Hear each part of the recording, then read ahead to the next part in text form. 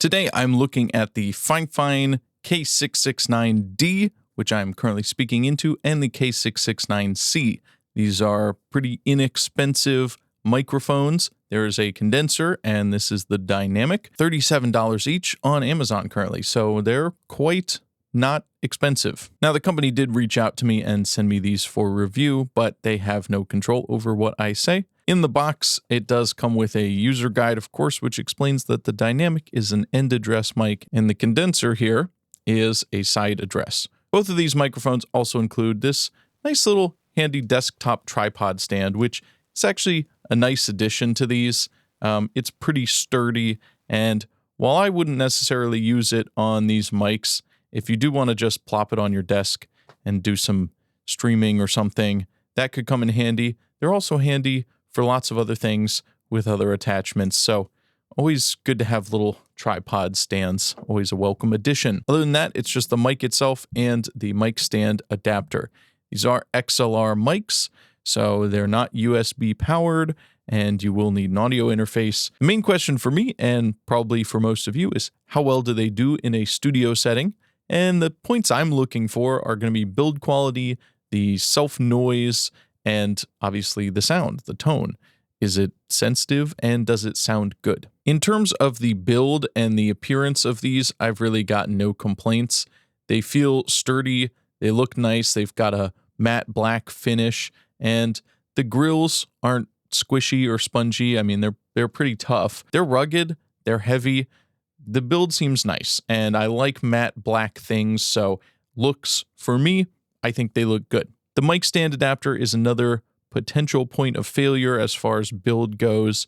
It is all plastic, but it feels nice and thick and sturdy, and the plastic seems to be of good quality. It's got some rubber on top. It's got metal threads. That's important. I don't have any real concerns with this. These joints can, over time, get stripped, especially if you over-tighten it on any kind of mic clip. That would be my only concern, but otherwise, it seems solid. So let's get into some testing and some audio demonstrations. First, I'm going to do some acoustic guitar, and then I'm going to record some electric guitar. I'm going to shoot some IRs with this cab. I'll even put them out for free if you want to play around with them and test them out yourself. I'm also going to compare it to some other mics. This is a brand new MXL 990 Blackout Edition.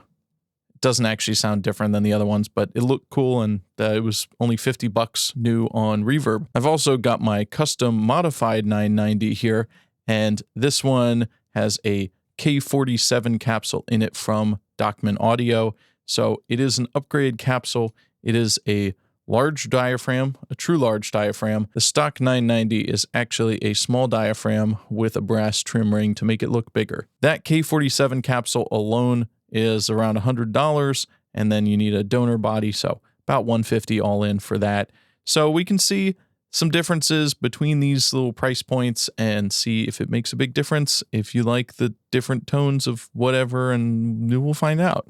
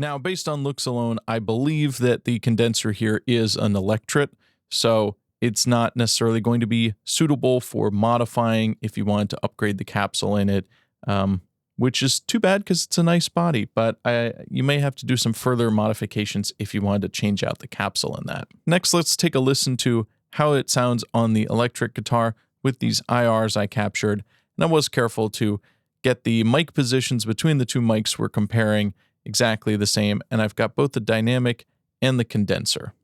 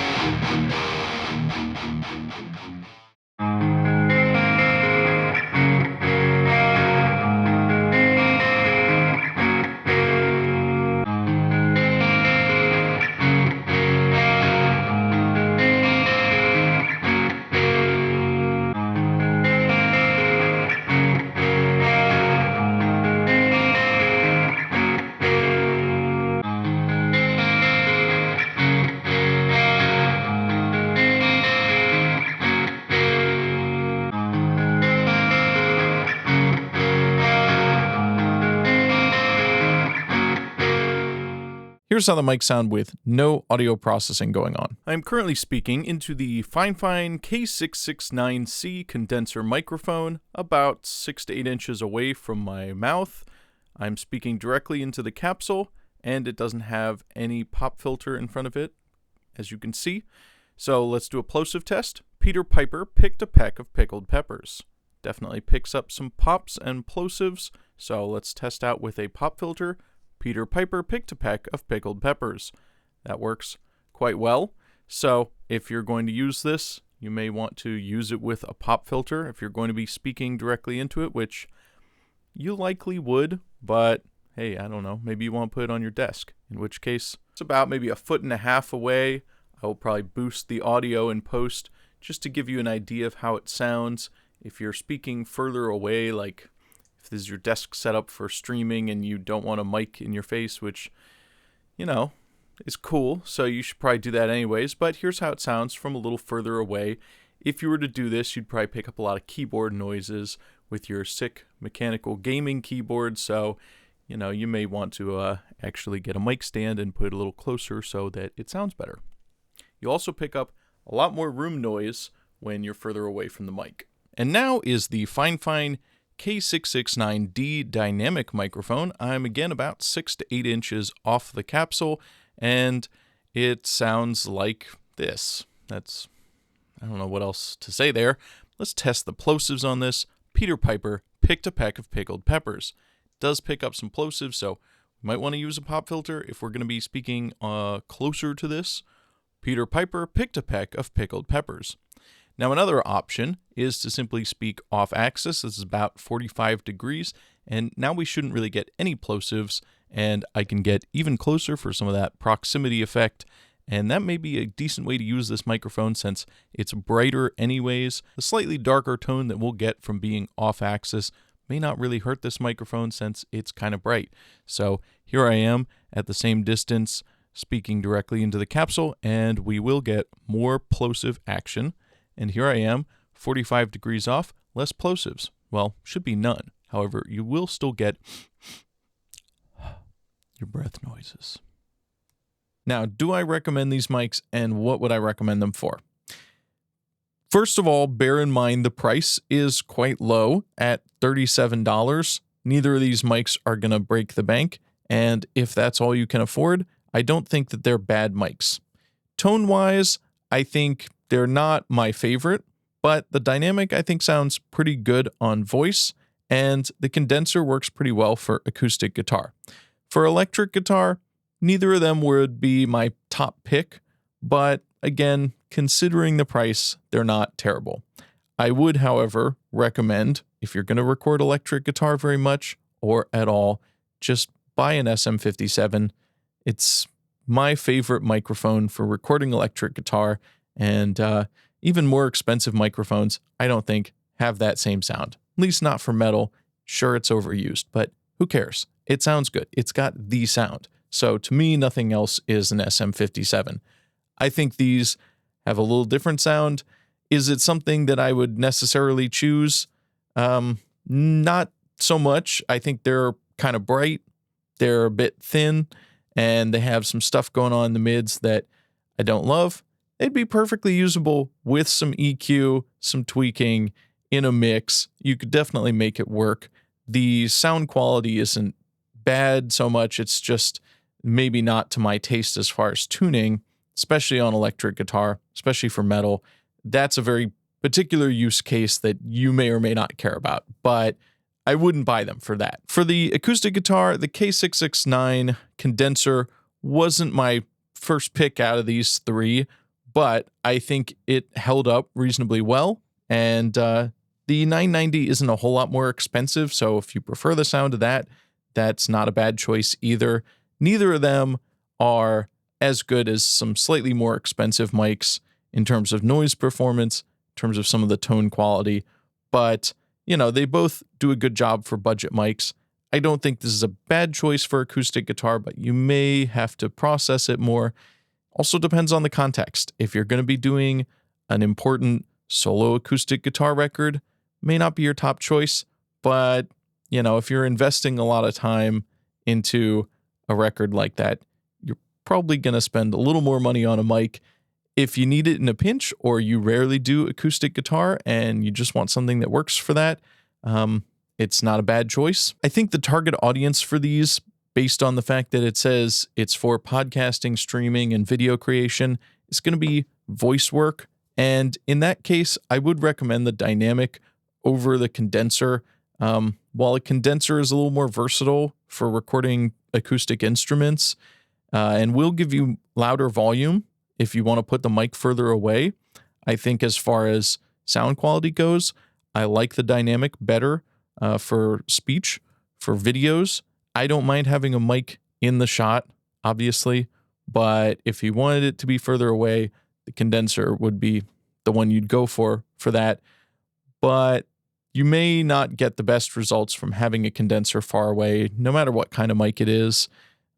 You're just going to pick up a lot more room noise, and unless you have a really nice studio and you can do that, you might either get a shotgun mic or just go for a dynamic mic and use that. I think the sound of a dynamic mic is in some ways better. It's a little more podcasty, I guess. It also picks up a lot less outside noise and interference, and unless you're working in a really soundproof and treated studio, I think a dynamic mic for most people is going to sound better because you're going to get less room noise, you're going to get less outside noise, and the tone quality is a little more maybe what you're used to, even though a condenser is kind of more natural and more clear. The dynamic has a thing it does to the voice that we're kind of used to because, you know, we listen to podcasts and YouTube videos and stuff. In conclusion, I think they're pretty good for the price. The build quality is quite nice. The look is good. The included desktop tripod is a nice little addition. The sound isn't quite as good as I would like. It's kind of on the bright side, a little thin, and maybe has some stuff you might want to notch out in the mids. But the noise floor isn't anything terrible. There's no weird interference, no EMI or anything. If you're looking for a first mic and this is what you have the budget for, then I don't think you're going to be really disappointed with these. The build is good, the look is nice, and the problems I have with the sound being a little thin, maybe having some stuff in the mids I don't like, that can largely be fixed with some EQ. You can darken them up a bit, you can tweak some of the mids or add some bass, and if you speak pretty close with this dynamic mic, I think it sounds pretty good. And you've been listening to it the whole video, so you decide for yourself whether or not you think it's good enough. But I think they're pretty solid mics. So thanks for watching, and like and subscribe. I'll see you in the next video.